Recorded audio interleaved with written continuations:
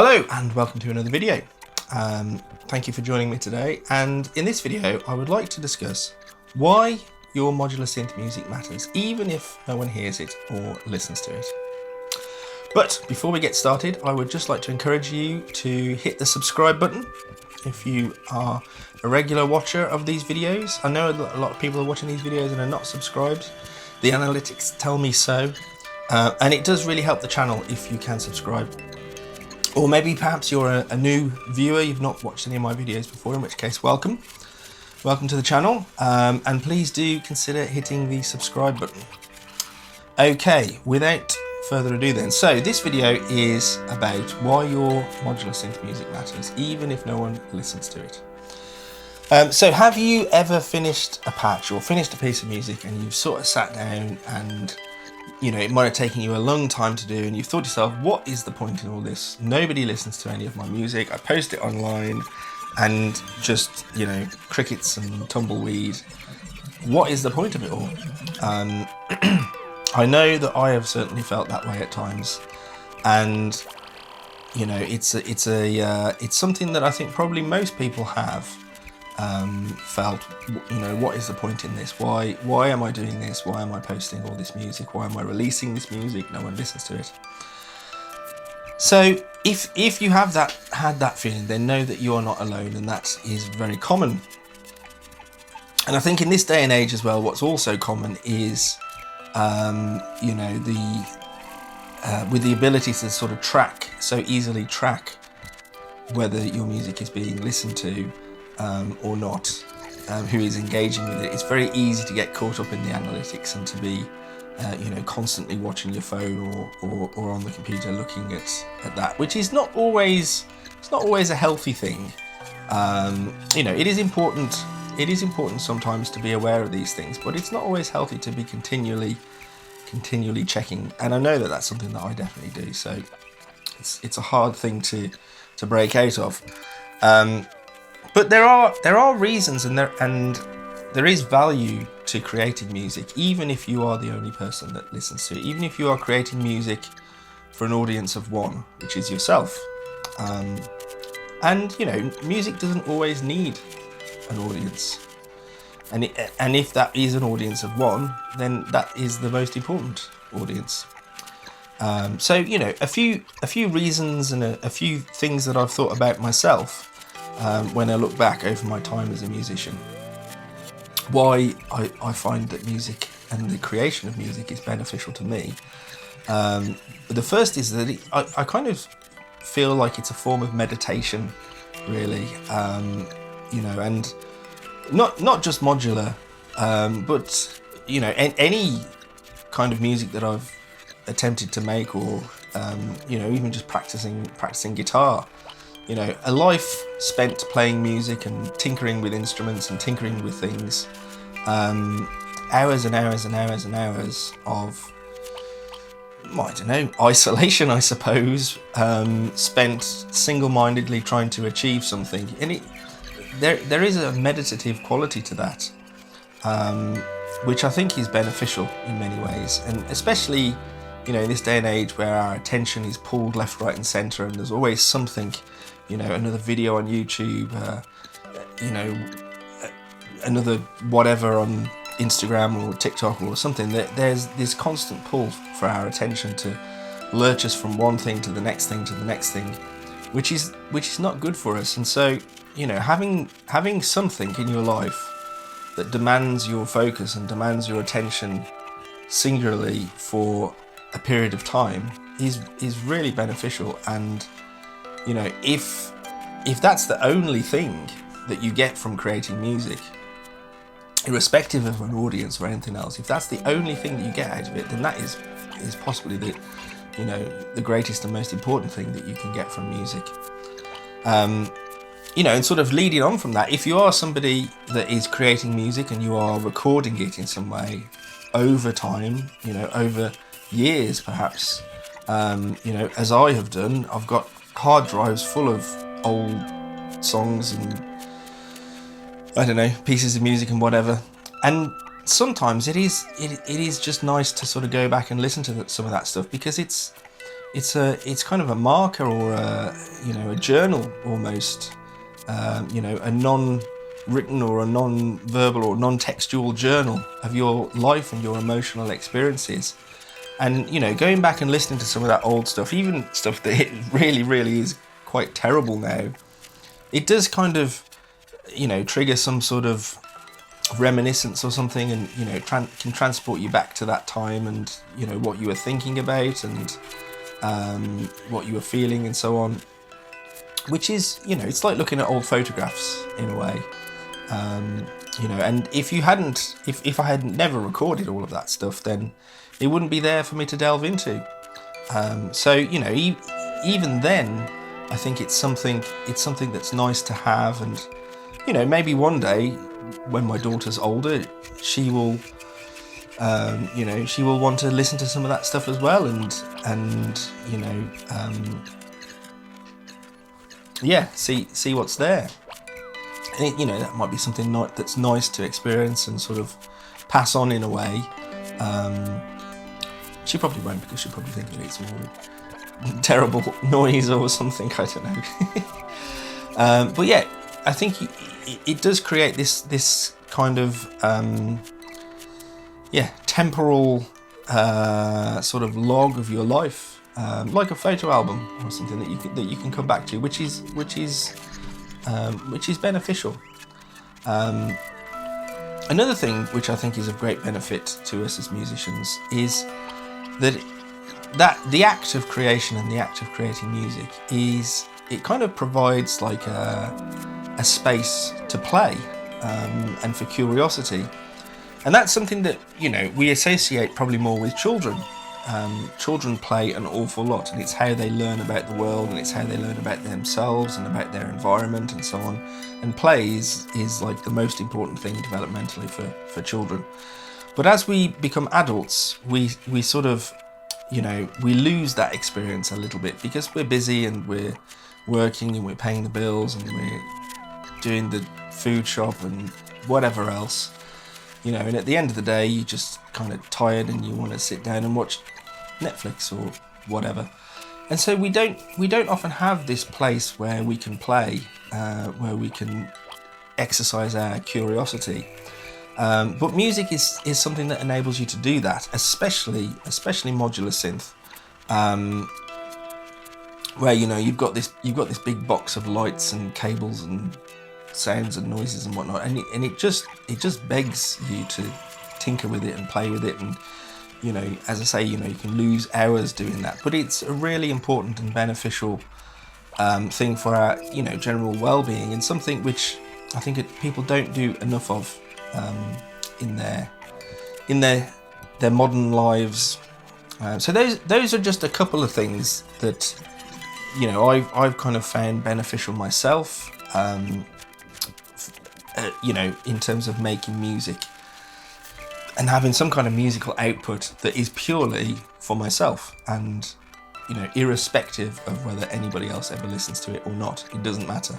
It's there just for me and my experience. When it comes to creating with modular, a lot of the time I think it is the process of that creation which is more important than the product itself. And quite often the magic and the enjoyment that you get from it is the patching. And I think I've kind of talked about this before, how a patch can be almost like a little puzzle that you're trying to solve.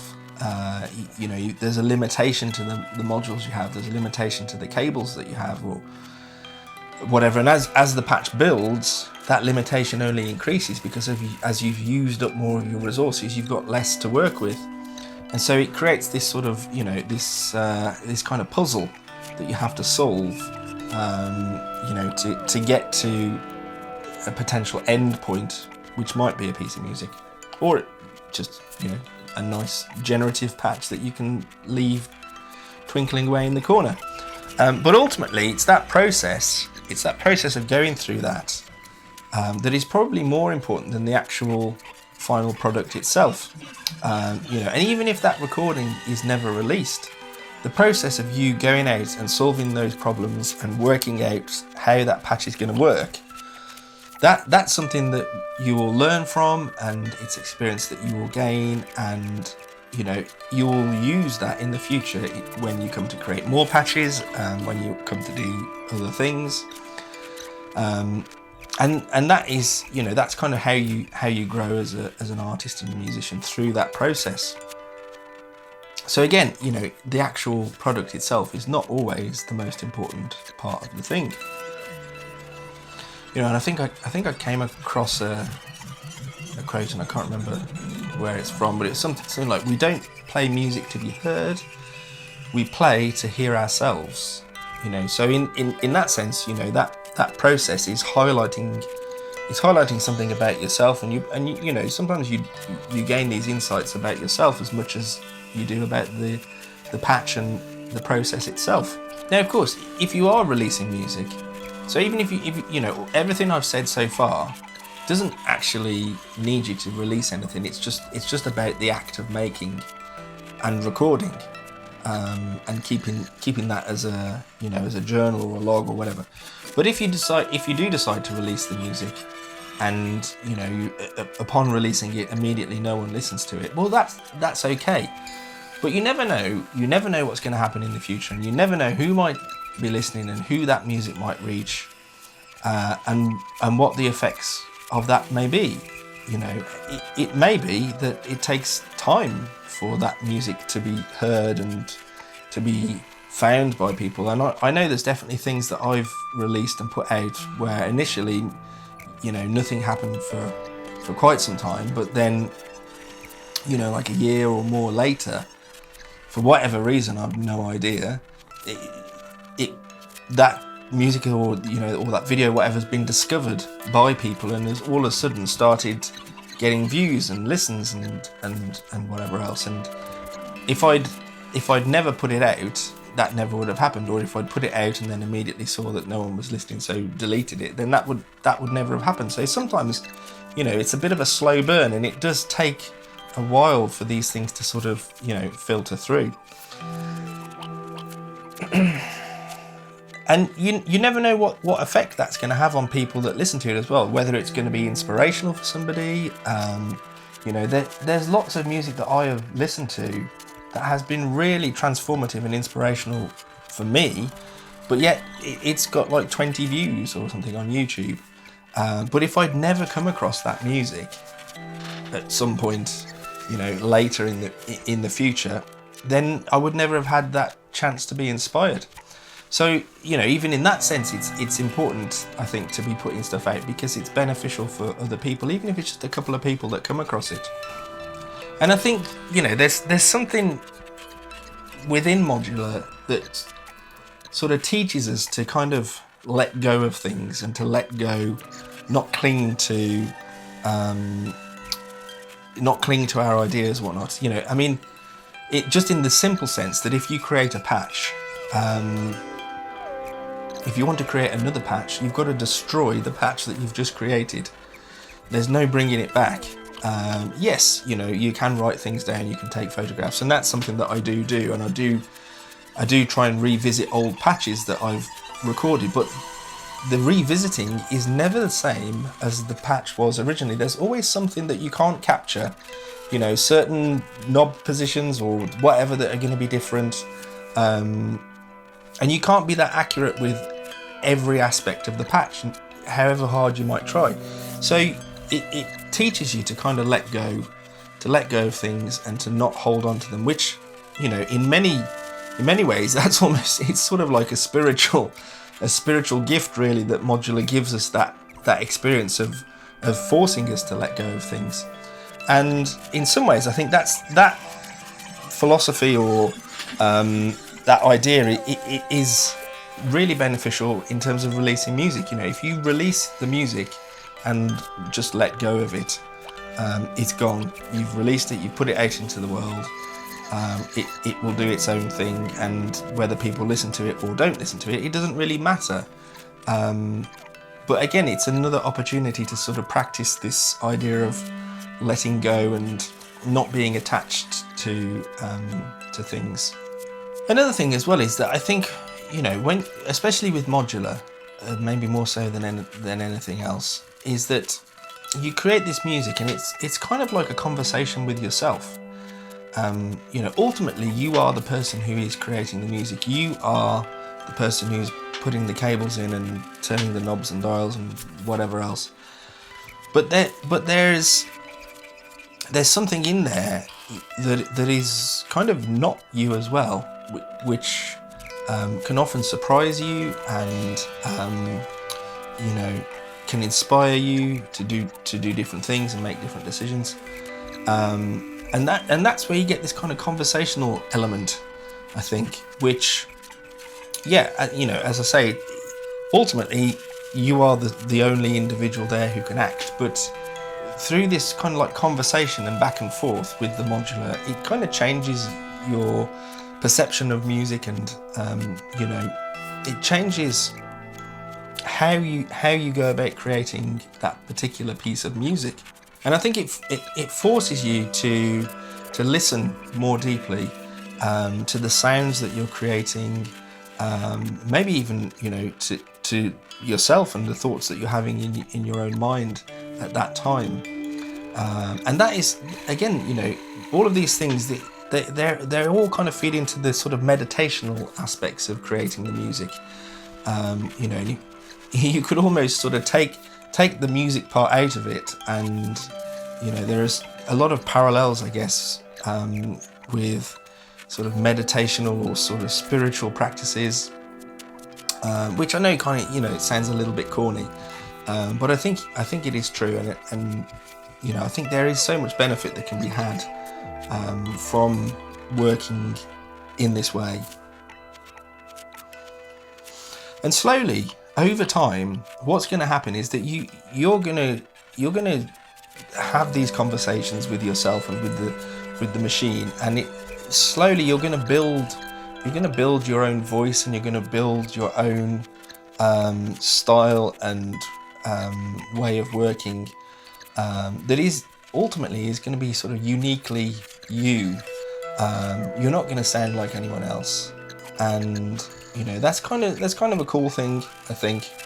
And it doesn't matter about people listening to the music that you're creating or having lots of followers. It doesn't mean that you're any less musical or any less creative, or the music that you're creating is any less meaningful. And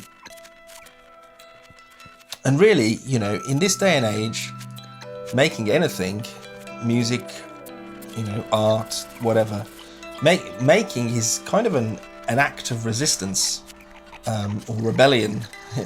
In a world where we're sort of constantly reminded that we should be consuming, and so many channels that are trying to take our attention and force us to consume, whether that's consuming media or purchasing products or whatever, but we're in a world where being the consumer is the way that most people are encouraged to live their lives. And so, by creating something and putting that out there, you're not sort of giving in to that enforced consumerism, but you are actually resisting it and rebelling against it, I think. And that too is something which I think is to be encouraged, I would say. To be encouraged, definitely.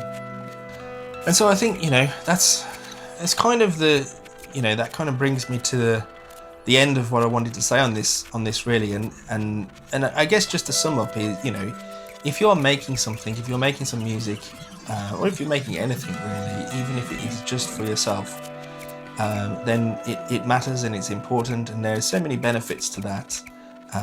And I would encourage you to put that music out into the world, even if nobody listens to it. It doesn't matter, because you never know what's around the corner. So if you have made something this week, last week, a month ago, and you have not shared it, then I would encourage you to do so. Maybe pop a link in the comments if you've got something out there that you'd like to share with people, and that'd be a really cool thing to do. If you do that and your comment disappears, that's because YouTube filters out certain things, but I will endeavour to go in and approve all those comments and make sure that links are there for people to share what they have been creating and making. So that kind of brings us to the end of the video.